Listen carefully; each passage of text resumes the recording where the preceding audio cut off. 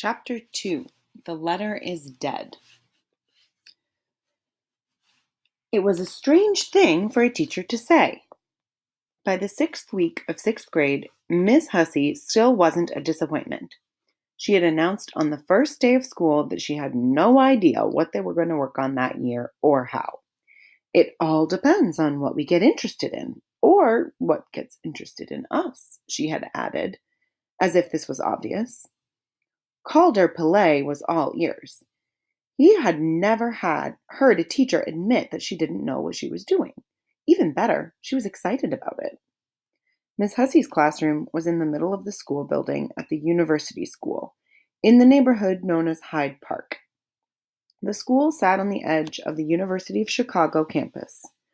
John Dewey, an unusual professor, had started it a century earlier as an experiment. Dewey believed in doing on relevant projects in order to learn how to think. Calder had always liked the man's appropriate name.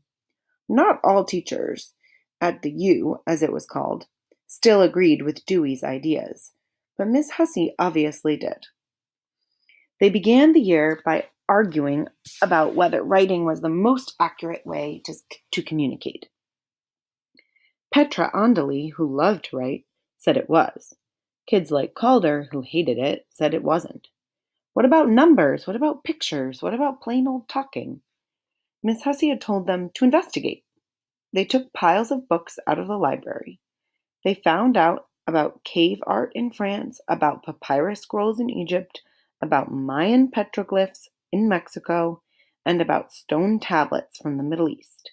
They tried things. They made stamps out of raw potatoes and covered the walls with symbols. They invented a sign language for hands and feet. They communicated for one whole day using nothing but drawings. Now it was almost mid-October. Would they ever study regular subjects like the ones the other classes did? Calder didn't care. What they were doing was real exploration, real thinking, not just finding out what a bunch of dead famous grown-ups believed. Ms. Hussey was cool.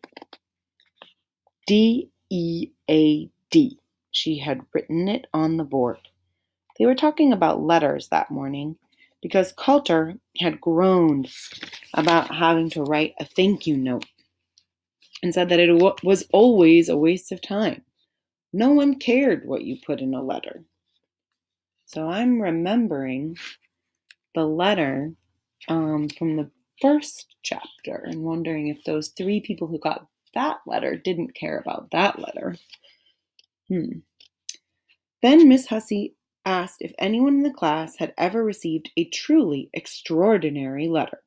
No one had. Miss Hussey looked very interested. They had ended up with a strange assignment. Let's see what we can find, Miss Hussey began. Ask an adult to tell you about a letter they will never forget. I'm talking about a piece of mail that changed their life. How old were they when they got it?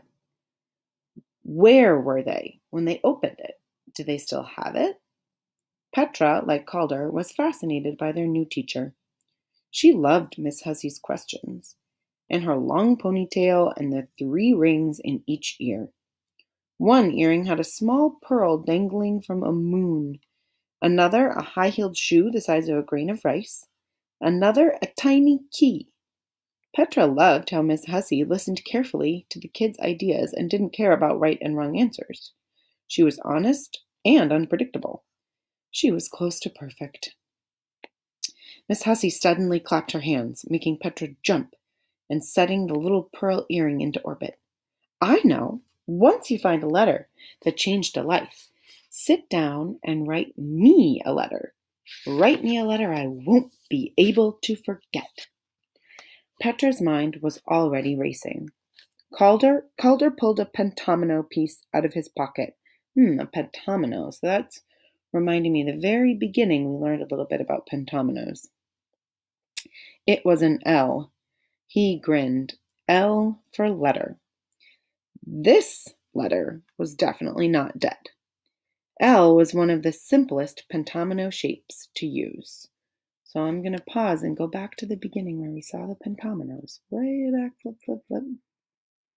Oh, okay, so here's the letter L. Okay, I see it. We can keep reading. I know what I'm looking at.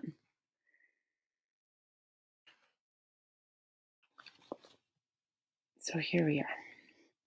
L was one of the simplest pentomino shapes to use. Most letters, the kind you mailed, were rectangles, he realized, just like an accurately put together pentomino solution. L was also the 12th letter in the alphabet, and one of the 12 pentominoes. Today was the 12th day of October. Calder's grandmother had once told him that he breathed patterns the way other people breathed air. Calder sighed. If only thoughts didn't have to be broken down into words. Too much talk was hard to listen to, and writing, for him, was a brutal process. So much got left behind. Miss Hussey ended the class by saying, "Got it? First to find, then do. Who knows where this will take us?" Calder and Petra lived on Harper Avenue, a narrow street next to the train line. Their houses were 3 blocks away from the U School and 3 houses away from each other. They often passed on the street, but they had never been friends. Families come from all over to study or teach at the University of Chicago, and many of them lived in this part of Hyde Park. Since most parents worked, young kids traveled on their own around the campus and to and from school. On the afternoon of October 12th, Petra walked home from school with Calder half a block ahead of her. She watched him fish around for his key and open his front door. She knew his pockets were full of puzzle pieces. He sometimes muttered things and always looked like he had just woken up. He was kind of weird. Scuffing through the first fall leaves, Petra drifted into a game she often played with herself. Ask a question that doesn't have an answer. Why was yellow cheerful, she wondered, and why was it always a surprise, even when it came in an ordinary shape, like a lemon or an egg yolk? Picking up a yellow leaf, she held it in front of her face. Maybe she would write to Miss Hussey about this. She'd asked herself if she agreed that humans needed questions more than answers. Calder, at that moment, looked out his front window to see Petra walking by, holding a leaf several inches from her nose. He knew he was kind of weird, but she was exceptionally weird. She was always by herself at school and didn't seem to care. She was quiet when other kids were loud. Plus, she had a fierce triangle of hair that made her look like one of those Egyptian queens. Calder wondered if he was becoming just as much of an oddball. No one had asked him what he was doing after class that day. No one had told him to wait. He'd taken his buddy Tommy's presence for granted. Not now. So I'm wondering who Tommy is.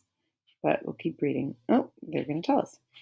Tommy Segovia had lived across the street from Calder until this past September. They had been great friends since second grade, when Tommy poured his chocolate milk on Calder's bare legs and asked him how it felt. A teacher rushed over, and Calder had explained that it was an experiment and that it felt just perfect. That was the first of many collaborations. He and Tommy had decided back in July that they weren't going to be mediocre kids. They swore that they were going to do something important with their lives. Solve a great mystery. And here's an illustration. So I think from looking at this picture, we can say that that's probably Petra. And then in the window is probably Calder. And I'm remembering that they said there were some clues hidden in the pictures. But I don't see anything very much like a clue for now, so we'll keep reading. Let me go back. Here we are. They swore that they were going to do something important with their lives, solve a great mystery, or rescue somebody, or be so smart in school that they'd skip grades. That was the same day Calder had received his first set of pentominoes.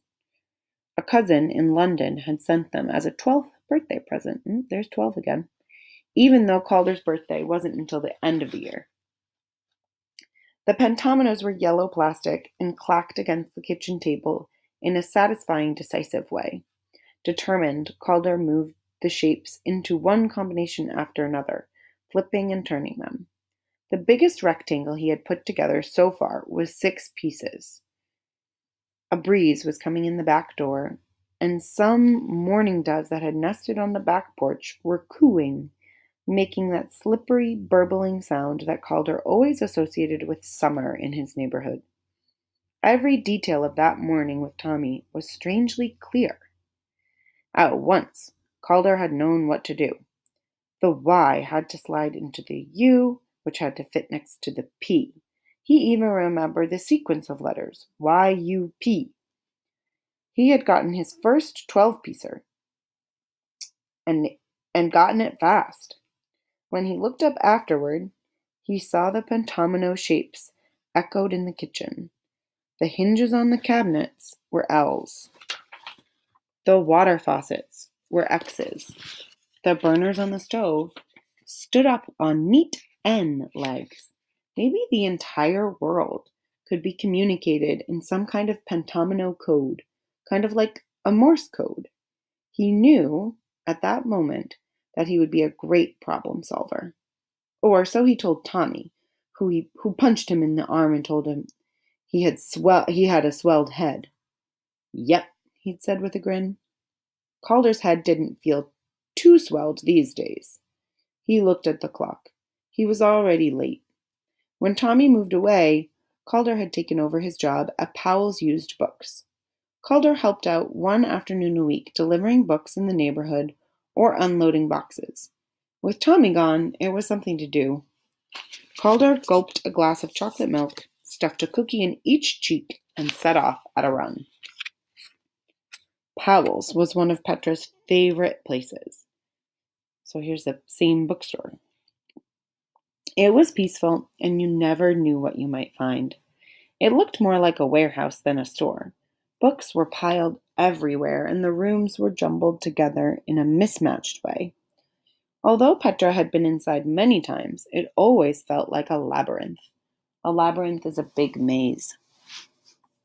One dimly lit area led to the next, and suddenly you were back where you started, without knowing how you got there. No one asked if you needed help. No one frowned if you read but didn't buy.